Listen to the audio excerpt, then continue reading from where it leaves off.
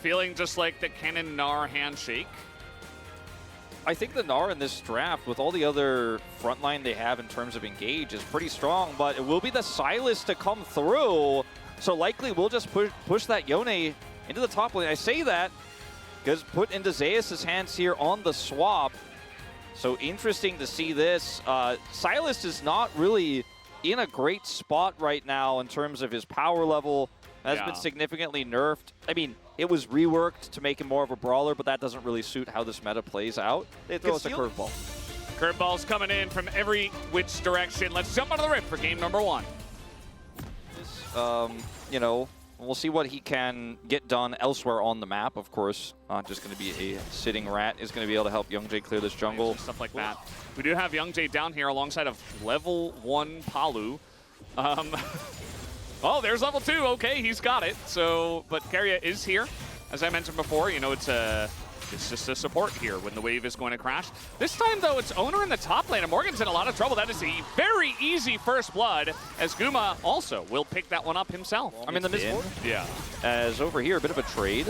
Well, the knockup is not going to hit, and now Paulo in a bit of a rough spot, gets exhausted, and Guma's just so strong right now. He's got a pickaxe, and he's going to pick up a second kill. Yeah, that was Paulo not respecting the MF. Yeah, that was also up here in the top lane. Youngjae looking for a pick, but Owner's here as well. Oh, but the flash on in, Zeus has to flash away. It's one auto away, but he gets out just barely. Yeah, that's going to be pretty significant. No gold going over to either of these, you know, top half of the map. Jungler or top laner, Morgan or Youngjae, but it does. Yeah. There is also Youngjae, who is looking for the angle here. He is going to hit it, forces Owner to flash away. We did carry and push him away. I don't think T1 wants to force a fight here without Faker having prio into this cannon, but they're grouping. Yeah, it seems like they really don't want to give it away. As ult into Envy, he is so low. And one grub already going to go over to the Rakan, but T1 do take control of this area. So 4 grubs over to Bro, they're going to like that. Whereas T1 will only get the 2, but Youngjae still shadowing towards the top side, will be spotted here. He's only got carry on the top side of the map as Bro look for this dive, but Kennen ultimate available for Zeus. Not easy to dive into this one, but he is going to throw it out as the other Kennen ultimate comes out from the Kennen, and Zeus is going to live, and now Keria comes in. Zeus does go down, but Keria will trade one back. Meanwhile, Owner's just taking a drink.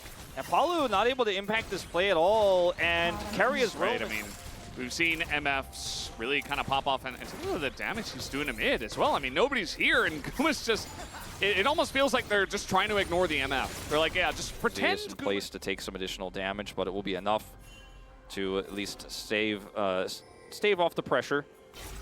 So Yone is definitely one of those picks that's hard to lock down, but they are able to do it with the Rakan and the Sejuani, but will they dive and get the kill? No, they will not. Faker just flashes that one off. And it's a huge committal for Bro, and they don't get much outside of the flash. I feel like Owner as well is really beginning to chunk. As Zeus is going to get dove again. He has Kennen ult again. This is not an easy dive, but maybe this time they're going to put all 3 members are stunned under the turret as Zeus finally goes down. As Faker trying to get this punish onto the Kennen. Morgan very, very low. And he's just not going to throw an ult in, just rebinds as Morgan barely gets away. But it's not quite, so that's a big boon here for Bro. Still, advantage T1 at this current game state, and they're going top again. Hey, it was the way that we saw the last series almost go away from D+, and now Bro's taking the same strat. It's a Chemtech Drake, so they're like, yeah, okay, cool story. We'd like the gold instead, and they will get it. I mean, there's not much that, you know, Faker and Keria can do here against 3. Especially when Fate's in a really nicely farmed spot himself and has that Trinity Force completed. Gonna get that Muramana here. As we do see Zeus rotating up as well. T1 are going to use this Herald very late to guarantee this turret, which is significant for Baron takes, which will be coming up in the next few minutes. With the damage that this MF already has and the inherent safety she has with that BT. And, you know, Bro are really just This is a Maybe classic. don't go in on that. That's scary. Hey, did some nice damage in Ikaria. Paulo looking for the angle. They found Owner on the left side. They still have the cannon on the flank. The flash comes out from Owner, but will he get away from this one? The True Shot Barrage will land, and so will the Q. And now we got Carry in a really rough spot as well. Guma super low as he will be taken down. Nice ult from Faker, but it only hits Young Jae, and that is not nice at all. Down he will go as well. He's so low, the flash comes in from Fate. And at least, you know, Faker gets away with his life, but man, that is a big fight here for Bro to come back in this game. Absolutely. Gold lead here is significantly diminished. Zeus got the cannon ult. He's looking for something, and he's going to find it. That is gigantic. I thought he was just going to go for the backing Sejuani, but I suppose this was the better target, taking out the Ezreal. Wait, he's not done yet. Megacone? He's going back in. He's got an ult, and well, he's 1v3, so he's just dead. Okay, well, it looks very cool, but that was not cool in the end. Like T1 definitely could have been a little bit more careful with how they walked out of that one, but Bro now going to set up again. And you see Faker's gone for a trade here on a Young Jae. The rest of the team not really in position to punish Faker's Unbound Soul, so he just hops back. Now Palu is in no man's land, but due to Mega Cones, he's actually going to get away. So calculated. That's one way to use the Chemtech Rift. Yeah, but that could be relevant later. Yeah. It's not seen. T1 are going to say, all right, well, we'll take the Chemtech Soul. Some of those extra resistances and damage numbers will still be valuable for them. They'll also get the Elder spawning. As Envy's going to try for the steal. When you look at this setup here for Bro, they're removing a lot of T1's vision. Like, T1 don't get this dragon for free. It is going to cost them a lot of Baron control. They still have this Scuttle Crab. Can't see the cannon, though. Yeah, I mean, they could start it, but at the end of the day, T1 are right there. So, yeah, definitely looking for the turn, and T1 have recognized this playbook. Well, they've got this playbook that's got like 2 plays, you know? And T1 are kind of reading it, as now we're going to get the sleep down onto Fate. He's in a lot of trouble as the Mega Cone gets him away. And, well, he's just going to die anyway to the MF ult zoning, and down he goes, as I was about to lose my mind. Well, I think that they play with exhaust and flash, so. Zeus, I don't think he should get a punish here. He's going for it. He's got the Slicing Maelstrom. He's going to get in there. The TP will be channeled by Fate, but can he get here on time? The True Shot Barrage does help do a bit of damage here to Zeus. Can he get out? He's going back in. He's got MF, and that's going to force the flash out of Fate, but here comes Envy. Will clean up the kill onto Zeus. As a kind of crazy fight in the bottom lane. Morgan Doing decides that from a safe distance. As here goes Faker in on a Morgan, who is going to take a huge chunk already. Going to spot him on the flank, as Faker, though, is going to get flashed on, and he gets away. Palu not able to connect onto the Yone. Faker down. Start up the Dragon here for T1. Faker down flash, I was going to say, but not ult, and then that happened. So he's down ult as well. Envy here, level 16, looking for the flanking cannon. Morgan's coming over on the left side. Can they sandwich T1? Zeus holding guard. I don't think they can get in. Young Jae going to get this one started, but carry on. The counter engage catches 2 and Fate and Ezreal here. Envy just both get clobbered on the backside of that one. T1 absolutely clean up. It's a triple for Owner. So as I said at the beginning, just very quietly having a consistent game.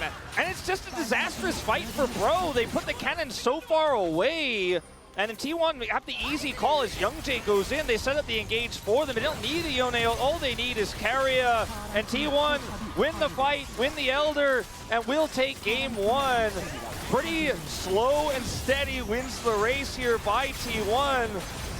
As Paulo is the only one who can watch on as the Nexus falls. Not T1's flashiest game, but they get it done in the end. Guys in the booth for Bro. I'm not sure what's going on there, as it was just a massive fall off once it got to that last fight. So maybe Edgar said, well, that wasn't the fight, guys. You were doing well until then. That's all I gotta say. Yeah, because that's kind of what the game felt like. Yeah, I did feel that. This is perhaps more comfortable with this pick. It does have some synergy with the Sejuani. So does the GP, but anyways. The Yone Jace setup here is very awkward. You can just chip away at health to get it done with this draft in game 2. Well, let's see what happens as we hop into the rift for game 2. I think you have to be versatile enough to play it if you're going to be a top contender. The jungle is going to path. I don't think Guma can skirt this. Will be seen. Mm-hmm. Right? Yeah, there's just no way. to get Once past Carrier gets there. Otherwise, Carrier's just going to kind of sit around. He's going to be spotted by this Scryer's Bloom. And now that's 3 plates going over to Bro. I don't think Carrier can be here. Yeah, I mean, I was expecting a little bit of help for him, not just for the level 1 Rel to, well, run at the turret. So he's going to be zoned away from XP. Zeus, Carrier would not like him to, so he's going to come over here and suss this out. They don't have vision, but they're very aware of the possibility. Spotted pretty late, actually, as Guma probably going to have to flash away from this one. Nope, just going to cleanse, but the Sun comes in onto Carrier, taking a bunch of poke himself. Dodging both of those Qs, actually pretty huge. A lot of lost damage there, and a bit of a delay on concussive blows to come through. Able to trade anything back as Owner shows up. Owner's as level 6 himself. Pay attention to this level 6. He has 51 CS. He's just been power farming. And he hasn't done anything else this game, and guess what? It's a very similar first blood this time. Especially if Guma is close to 6. I don't think he is. Envy just hit his. Yeah, not quite. Guma's going to back away from the duo as he still has his flash. As now the engage comes on in, Guma is going to be stunned and eventually goes down, but this is a lot that they have to commit to here. They do just trade 1 for 1. I'd say that it does have a pretty massive lead up there. Less useful to have it on the Sejuani, but still relevant, as he does have his Zeeks already completed. And did have that level 6 for the gank, as this is scary. Yeah, just trying to face check into this one. Now Poppy and Braum are very impactful, but the door finally gets held here, but it's still a ton of damage going into everybody as they just stand in it behind the door. But man, they did quite a lot. It's now Envy trying to peel here as we do get the flash away from Young Jay. Very scary moment there on both sides. We've seen this before, and MF just getting plates by himself. Yeah, and that is Zeus getting plates by himself in the top lane. Jace will get all of them. Yeah. And, well, a little bit of a flurry of attacks in the mid lane. But at the end of the day, this 1v1 is going to happen once again. Guma doesn't have his ult, actually. He's taking a lot of damage already as Envy is looking to take this trade, but eventually does elect to back away. Nicker Rain comes down. Guma's still very low on mana. And Envy might look to push the issue here as here comes Palu looking to land a Q of his own, and it's just going to be Envy and also an assist given over to Palu. Yeah, to maybe get something back. But then over here, let's see what he has to say during this play, because he knows he can W through. That's what he said. He said, I'm fighting. They're all going to check to see if Carrier is rotating over. You can see on the map they have no vision of where Carrier is, so very scary. And Envy plays this very well. You never want to just sit in range of the MF autos. You want to be in and out as the Ezreal with a lot more mobility. Use through the minions and then hit those auto attacks as Envy. He get punished. Yeah, Envy going for the cleanse as another stun is going to land, and that is just easily collected by Zeus, who is quite fast on the Jace. As now Paolo's like, wait, where is everybody? Why am I here alone? What happened? Where am I? He is dead. That's a double kill now for Zeus, who has 3 in the game. Anything here, the observers are scaring us with the vision toggle. Is somebody hiding behind? Yeah, I mean, Carrier was there. I don't think he is there. Oh, he is. He's still here. The long-term gambit, as this is a Corki with flash, so we'll see if he can get out of this one. Yeah, he just, well, presses his flash ability. In my game 2 of Bro versus T1 round 2 2024 LCK Summer. They just don't really have a good answer except bringing the whole team over to stop it, which this time they have. Basically the whole team. 4 members, and Zeus just runs away. Flash comes in from Paolo, and now Faker's going to get a big engage. Does get hit away, but now has to come back. Very awkward for him, but he still has his flash, and now they're looking to turn it. As the MF ult is going to get some nice damage down and really just taxi the rest of Bro away from this fight. As T1 still on the chase here. Zeus is gigantic. Really hit the shot blast. There it is. Goes on to the Jax as Morgan. Another one to fall. I mean, this game is essentially just a wash. I mean, it's a tough matchup for the Jax. By a little bit. I mean, they lost 0-2 to Nongshim in just one series. No shade on losing to Gen G, because everybody's lost to Gen G. But it feels like maybe the one person that Morgan could kill is Faker, and now he's got some help from Fate to come on over. Faker's so low, and he will be taken out with that empowered auto. Morgan, super low himself, just gonna walk it off, but now he's just gonna disengage with that one. Use more resources than T1 have to use, so look at this. Zeus pushing top. Well, oh, that's not gonna work. Nice try, I guess, but yeah, I don't know. He's gonna flash, and again, engaged Braum isn't a thing. We know this. Yeah, and they're not going to extend down the lane. The gold lead here is just so massive. And they even get this inner in the bottom. I mean, Yeah. every time you Meanwhile- look at Bro doing a thing, T1 are doing an equal or greater thing on the other side of the map. Yeah. Do you think Yeah, T1? I would say so. 100%. Does he get a third item in this game? That's another question. That was a nice slow, actually. Make it rain onto 3 people. Guma is very much out of position, but so is Youngjae. He's just going to be taken down, and Guma just blasts away. Meanwhile, the rest of Bro is just on the run as in comes Carrier, gets an engage on a 2, but the Braum is doing a good job on the disengage. Not going to help out Envy here as he goes down to Faker's max range ultimate, going to land it this time. And that is 3 kills over to the side of T1 as they are really running away with this game too. They may have lost to Valdez. It looks like this team is crushing Bro the way you would have expected them to do if you looked back, if you turned back time to before that Gen G series, before the Nongshim series. Yeah. This is the T1 dominance that people expected when they saw the strength of schedule. And a win here for T1 all but guarantees. Turrets left to take on the map, to be frank with you, Valdez. Yeah. They're going for inhibitors now. And this time in this game, you know, Bro, they hit a similar, oh no. I thought he was out. I was like, man, Fate, you're okay, right? Okay, flash away, actually, he's playing it very well. I mean, this teleport, though, means... Goes back in, and actually, Zeus just gonna die. It's 1,000 gold to Corky, but meanwhile... Yeah, that's what I was going to say. The TP means, guess what? Inhib's down. This is Bro, like, every time you think they got a thing, T1 got more. Cryo on the bottom side. Soul Point is potentially on the cards. Oh, whoa! Did Bro even realize? They're like, oh crap, we gotta get out of here. What do we do? Giga Chad goes for the engage, I guess, as now the front line is just being bombarded by MF as everybody comes in. Faker now is going to join the fight, looking for the ult. Everybody backs away, and now Morgan just going to be bullied in this front line, taken out as a lot of low health bars. We'll see if T1 do want to continue on this. Looks like they do. Envy going to dodge the shock blast. And the Siege kind of lackluster from here. Yeah, I mean, the secondary front line is Guma's ult, and he kept them at bay with that one. They did not have a fun time in the bullet time, and now with the teleport through, T1 looking to take a second inhibitor down and potentially even more super minions in the bottom lane. 2 of them stacked up here. They may be able to Siege to end. Yeah, I mean, Zeus is level 15, and he's just kind of parading through the base right now, like just waiting for the mid wave to come in and seeing if anyone's stuck around with low health. Oh, now, okay, there's somebody with low health. He just healed from the fountain, but now he's low health from your shock blast. But either way, T1, they get the inhibitor. They don't have Baron. They're not going to overstay their welcome.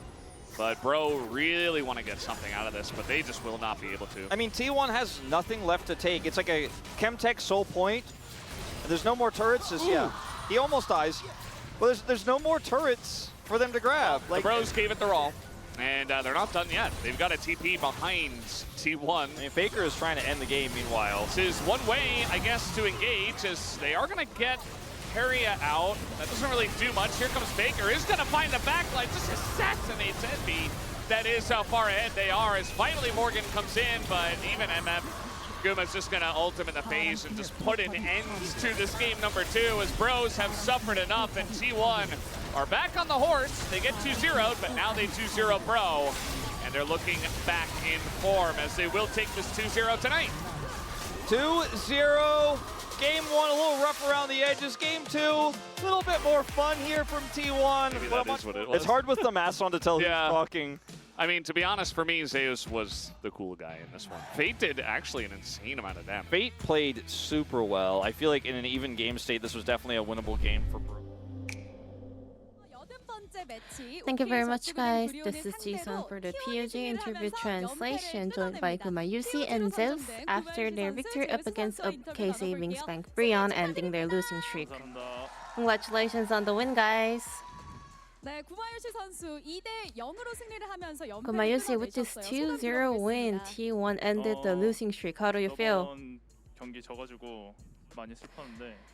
I was very, very sad after losing the previous match, but I think it's a good bounce back in terms of our performance, you know. A clean 2-0 win will be a huge boost for us.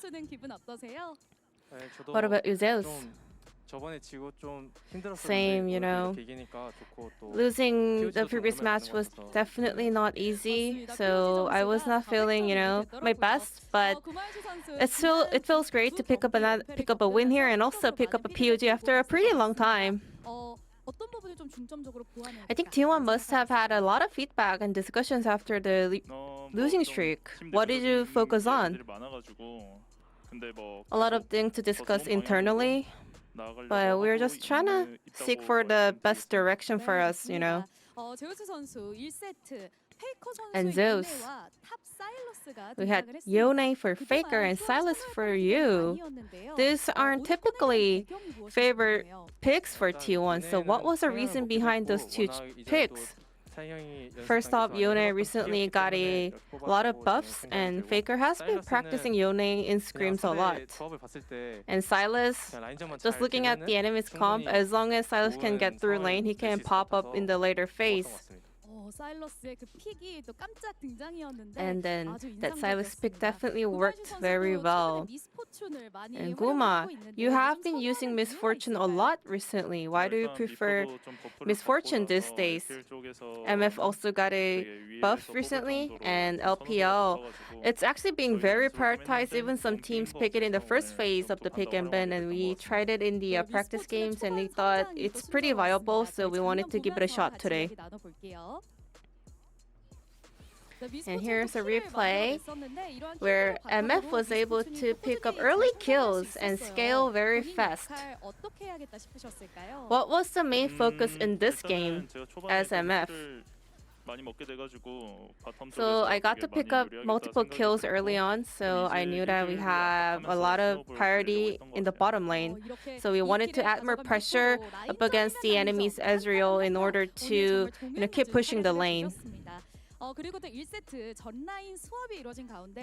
Also, in the first game, we had lane swap happening on all three lanes, and as a Misfortune, you were just standing in the mid lane to support your teams. Were you expecting a POG there? Well, I am not on the POG leaderboard, so I was not expecting a POG win here today, but I figured that I was the POG, and I was pretty happy. And then, game 2, Zeus, you picked Jace up against Jax.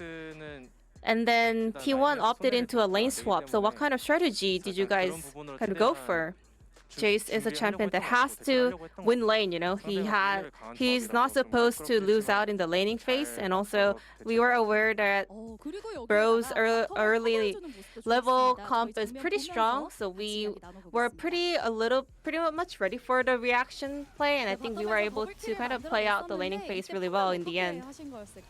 And then I want to take a look at this replay where you were able to make a perfect cover to the bottom lane and pick up double kill.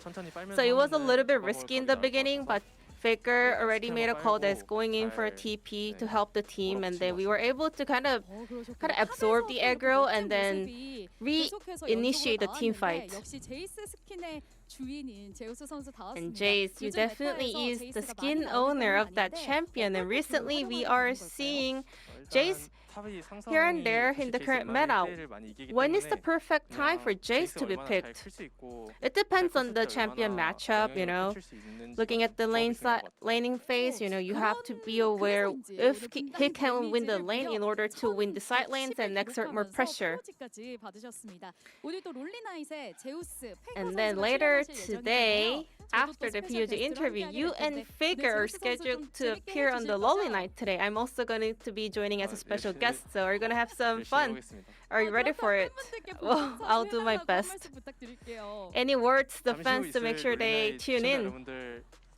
Make sure to tune in to the Lolly Night after a little bit once the stream goes off. Kumayusi, you're going to stay tuned as well? Yeah, everyone, don't miss that. Haha. And with today's win, T1's playoff chances have risen to 98%, and your remaining regularly seasoned opponents are Kwangdong Freaks and BNK Fear X. This will be a very important matches for T1. What are your resolutions for the playoffs? 경기력 자체를 끌어올리는 게 I 되게 think 중요할 것 our 같고요. main 이제 곧 focus is improving our performance, because playoffs is just around the corner. So I know our fans are pretty much worried about our form right now. So I want to focus on our performance in order to become stronger and come back stronger for playoffs. The remaining matches are up against our potential playoffs opponents, and it's our last week to kind of bounce back and improve and step up as a team. So I want to promise that we will come back stronger next week. And this will be the end of the interview from the T1 POGs and back to the space. Thank you.